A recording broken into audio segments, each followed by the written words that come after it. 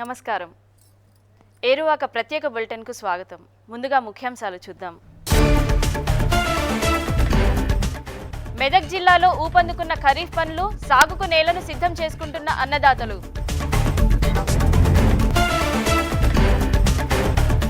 వంగ సాగులో ఎదురయ్యే చీడపీడ బెడదలు, అధిక దిగుబడులను అందించే వంగడాలు. మల్లె సాగులో పాటించవలసిన పద్ధతులు, ఏడాది పొడుగునా అందివచ్చే దిగుబడులు. పత్తి సాగులో పనికి వచ్చే అనువైన రకాలు, అధిక దిగుబడులను అందించే దేశీయ విత్తనాలు. ఖరీఫ్ దగ్గర పడటంతో మెదక్ జిల్లాలో రైతులు ఏరువాక ప్రారంభించారు. చేలను చెలకలను సిద్ధం చేసుకుంటున్నారు. ఈసారి అధిక దిగుబడులు సాధించాలన్న ధ్యేయంతో పనులు మొదలుపెట్టారు. తొలకరి చినుకులు పలుకరించగానే పొలంలో దిగి సాగుకు సమాయత్తమవుతున్నారు.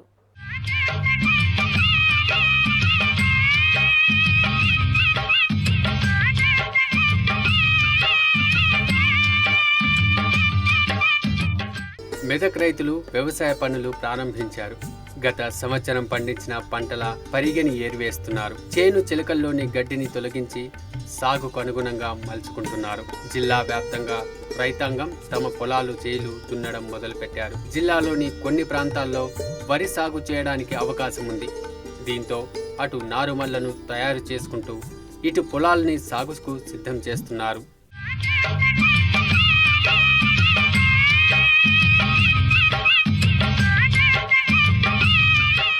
వ్యవసాయంలో అధిక దిగుబడులు రావాలంటే నేలను 3-4 సార్లైనా 20 సెంటీమీటర్ల లోతుగా దున్నాలి. లోతుగా దున్నడం వల్ల సాగునేల బాగా గుళ్ళబారిపోతుంది. వాలుకు అడ్డంగా కూడా దున్నాలి. వాలుకు అడ్డంగా దున్నడం వల్ల వర్షపు నీరు వృధాగా పోకుండా గుళ్ళబారిన నేలలో బాగా ఇంకుతుంది. దీనివల్ల నేలలో నీరు నిల్వ ఉంటుంది. అది పైరుకు అందుబాటులో ఉండి మొక్కలు ఏపుగా పెరగడానికి ఉపయోగపడుతుంది. లోతుగా దున్నడం వల్ల గతంలో వేసిన పంటలను ఆశించిన చీడపీడల శిలీంధ్రాలు ఉంటే అవి నశించిపోతాయి. ప్రస్తుతం వేసే పంటలకు చీడపీడాలు ఆశించే అవకాశం ఉండదు. బాగా దున్నడం వల్ల మరో ప్రయోజనం ఉంది. కలుపు మొక్కలు, అంతకుముందు వేసిన పంట తాలూకు మొదళ్ళు భూమిలోకి పోతాయి. అవి కుళ్ళిపోయి సేంద్రియ ఎరువుగా ఉపయోగపడతాయి. దీంతో నేల మరింత సారవంతమవుతుంది. అది పంటకు బాగా పనికొస్తుంది.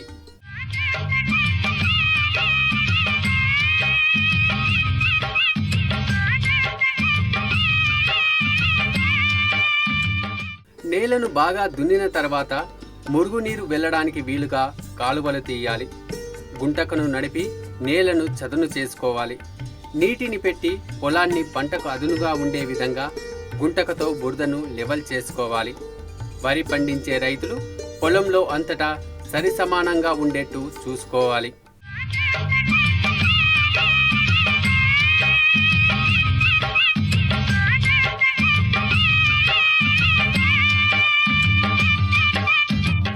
సాగు చేసే పొలంలో గట్లు సరిచేసుకోవాలి. ఒక మడి నుంచి మరో మడికి సులువుగా నీరు వెళ్ళడానికి వీలుగా గట్టుకు చివరి వైపు చిన్న గండి ఉంచాలి.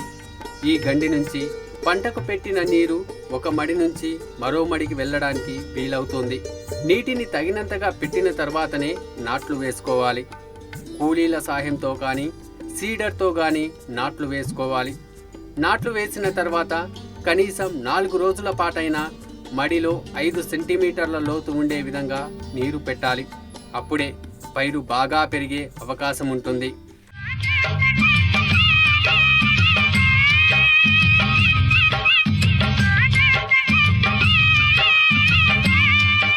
ఖరీఫ్లోనే ఎక్కువగా పంటలు పండించడానికి అవకాశం ఉంటుంది. ఎందుకంటే మెదక్లో చాలా పంటలు వర్షాధారంగా పండించాల్సిన పరిస్థితి. వర్షపాతం తగినంతగా ఉంటే దిగుబడి ఆశించినంతగా వస్తుంది. అయితే వర్షపాతం తగ్గితే దిగుబడులు తగ్గుతాయి. కాబట్టి దానికి అనుగుణంగా పంటలను ఎంచుకోవాల్సి ఉంటుంది. ఎంచుకున్న పంటకు సంబంధించిన విత్తనాలను మన ప్రాంతానికి అనువైన వాటిని మాత్రమే వేసుకోవాలి. పంటలో వచ్చే సమస్యలను తెలుసుకోవాలి. వ్యవసాయ అధికారుల సూచనలు, సలహాలు పాటించితే మంచి దిగుబడిని సాధించవచ్చు.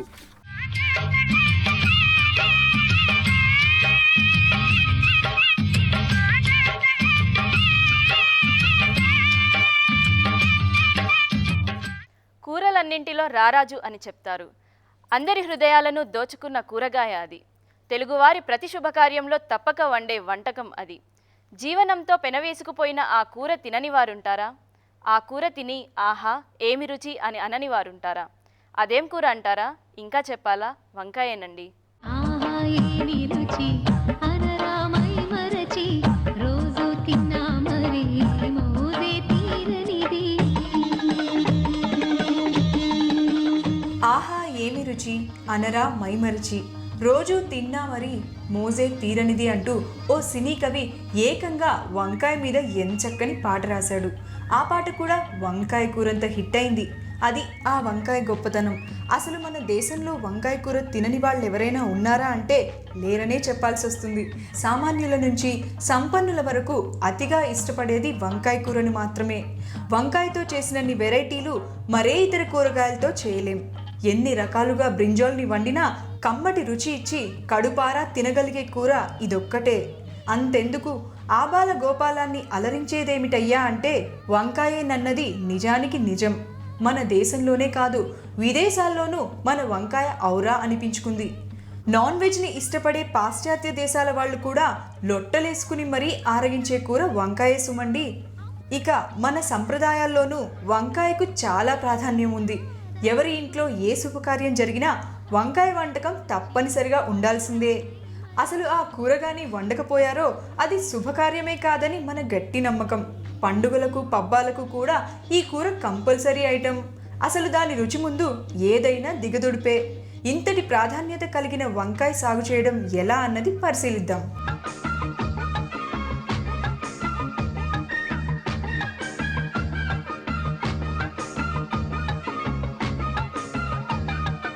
తెలంగాణ, ఆంధ్రప్రదేశ్ మొత్తంగా వంకాయను 75,119 హెక్టార్లో సాగు చేస్తారు. ఇక దిగుబడి విషయానికి వస్తే సుమారు 15,02,384 టన్నులని అధికారుల లెక్కలు చెబుతున్నాయి. వర్షాకాలపు పంటగా వంకాయను జూన్ లేదా జూలైలో సాగు చేసుకోవచ్చు. శీతాకాలపు పంటను అక్టోబర్, నవంబర్లో వేసుకోవచ్చు.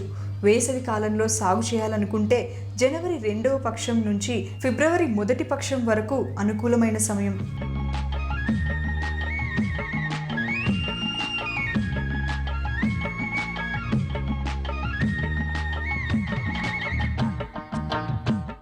వంకాయ సాగు చేసుకునే వాళ్ళు 30 నుంచి 35 రోజులు నారును నాటుకోవాలి. వర్షాకాలం నారును జూలై, ఆగస్టులో నాటుకోవాలి. సూటి రకాలను తీసుకున్నట్లయితే ఎకరాకు 260 గ్రాములు, అదే సంకర జాతి రకాలైతే 120 గ్రాముల విత్తనం అవసరం ఉంటుంది. విత్తనాలను ఎంపిక చేసుకునేటప్పుడు ఆయా ప్రాంతాల వాతావరణ అనుకూలతను బట్టి రకాలు వేసుకోవాలి. కోస్తాంధ్ర ప్రాంతంలో ఈ పంటను సాగు చేసుకునే రైతుల Bhagyamati, Pusa purple long, Pusa purple cluster, Pusa Kranti, Gulabi రకాలు అనుకూలమైన వంగడాలు. తెలంగాణ ప్రాంతానికి పూసా క్రాంతి, పూసా పర్పుల్ క్లస్టర్, శ్యామల రకాలు అనుకూలం. ఇక రాయలసీమ రైతులు సాగు చేసుకోవాలనుకుంటే దేశవాళీ, చారల వంగ వంటి రకాలను వేసుకోవచ్చు.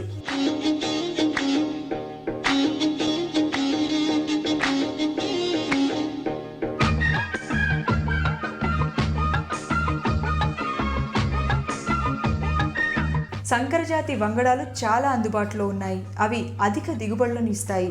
మచ్చుకు కొన్ని వెరైటీలను చూద్దాం. ఊదా రంగు గుండ్రటి వంకాయల్లో సాధారణంగా Arka Navneet, Pusa hybrid 6, Mahyco hybrid number 2, number 54, Utkarsha, Mohini, Agora, Manju, Sanju, మ్యూ మ్యూ వంటి వంగడాలున్నాయి. ఇక ఊదా రంగు గుత్తి వంకాయల్లో మహికో రవయ్య, మహికో హైబ్రిడ్ నెంబర్ 3 సాగు చేసుకోవచ్చు. అలాగే ఊదా రంగు పొడుగు రకాలను చూసినట్లయితే పూసా హైబ్రిడ్ 5 అందుబాటులో ఉంది. పచ్చటి పొడవు రకాల్లో మహికో హైబ్రిడ్ 9, గ్రీన్ లాంగ్, హరిత, హర్షిత, BH 0028, 1311, 1444 వంటి రకాలు దొరుకుతాయి.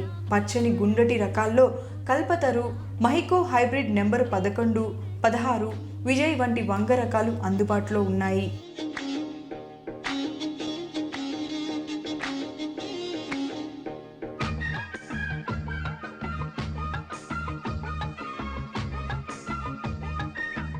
భాగ్యమతి వంగడం 150 నుంచి 165 రోజుల్లో చేతికొస్తుంది. ఇది నీటి ఎద్దడిని, కాయతొలుచు పురుగు, వెర్రితల వైరస్ తెగలను బాగా తట్టుకుని ఎదుగుతుంది. ఇది కోస్తాంధ్ర ప్రాంతానికి చాలా అనుకూలమైన రకం. దీని దిగుబడి ఎకరాకు 12 నుంచి 14 టన్నుల వరకు ఉంటుంది. ఇక శ్యామల వెరైటీని తీసుకున్నట్లయితే 130 నుంచి 150 రోజుల్లో పండుతుంది. దిగుబడి 6.5 నుండి 8 టన్నులు వస్తుంది. ఇది మసాలా వంటకాలకు ప్రసిద్ధి. తెలంగాణ ప్రాంతంలో సాగు చేయడానికి అనుకూలమైన వంగడం. గులాబీ రకం వంగడం 140 నుంచి 160 రోజుల్లో చేతికొస్తుంది. కాయలు మధ్యస్థంగా ఉండి 3 నుంచి 4 కాయలు గుత్తులుగా కాసి చాలా ఆకర్షణీయంగా ఉంటుంది. లే గులాబీ రంగుల్లో నిగనిగలాడుతుంది. దిగుబడి 13 నుంచి 14 టన్నులు అందుకోవచ్చు. ఈ రకం వంగడాన్ని అన్ని ప్రాంతాల్లోనూ సాగు చేసుకోవచ్చు. పూసా పర్పుల్ క్లస్టర్ వంగడం కాయలు ఊదా రంగులో ఉండి గుత్తులు గుత్తులుగా కాస్తాయి. ఇది ఎండు తెగులును తట్టుకుంటుంది. 135 నుంచి 140 రోజుల్లో 12 నుంచి 16 టన్నులు దిగుబడినిస్తుంది. పూసా పర్పుల్ లాంగ్ రకం 134 నుంచి 140 రోజుల్లో పండుతుంది. కాయలు పొడవుగా 25 నుంచి 30 సెంటీమీటర్లు ఉంటాయి. ఊదా రంగులో నవనవలాడుతుంది. 12 నుంచి 16 టన్నుల వరకు దిగుబడి వస్తుంది. ఇక పూసా క్రాంతి రకం వంకాయ 135 నుంచి 150 రోజుల్లో చేతికొస్తుంది. కాయలు కొంచెం లావుగా, మధ్యస్థంగా, పొడుగ్గా ఉంటాయి. ఊదా రంగులో చూడడానికి ముచ్చటగా ఆకుపచ్చ తొడిమి కలిగి కనిపిస్తాయి.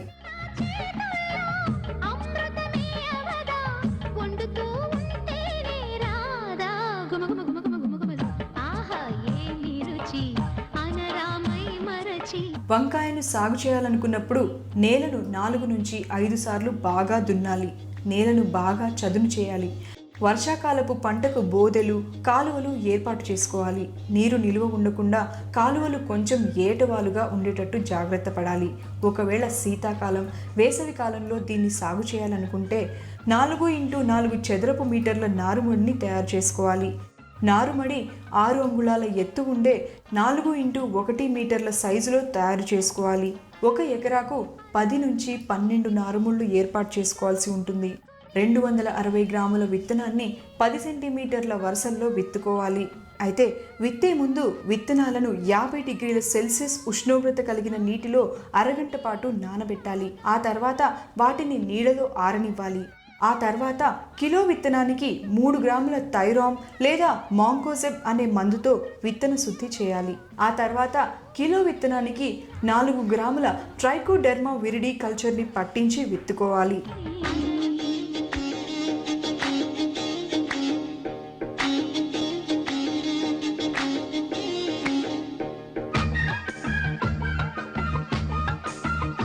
విత్తిన తర్వాత మొక్కకు మాగుడు తెగులు వచ్చే అవకాశం ఉంది. ఈ తెగులు సోకితే మొక్కలు మొదళ్ల దగ్గర కుళ్ళి నారు చచ్చిపోతుంది. దీన్ని నివారించడానికి 3 గ్రాముల ఆక్సిక్లోరైడ్ మందును లీటర్ నీటిలో కలిపి వారం రోజుల వ్యవధిలో 2 నుంచి 3 సార్లు నారుమడిని బాగా తడపాలి. నారు పీకడానికి వారం రోజుల ముందు 250 గ్రాముల కార్బోఫ్యూరాన్ గుళికలను 100 చదరపు మీటర్ నారుమడికి వేయాలి.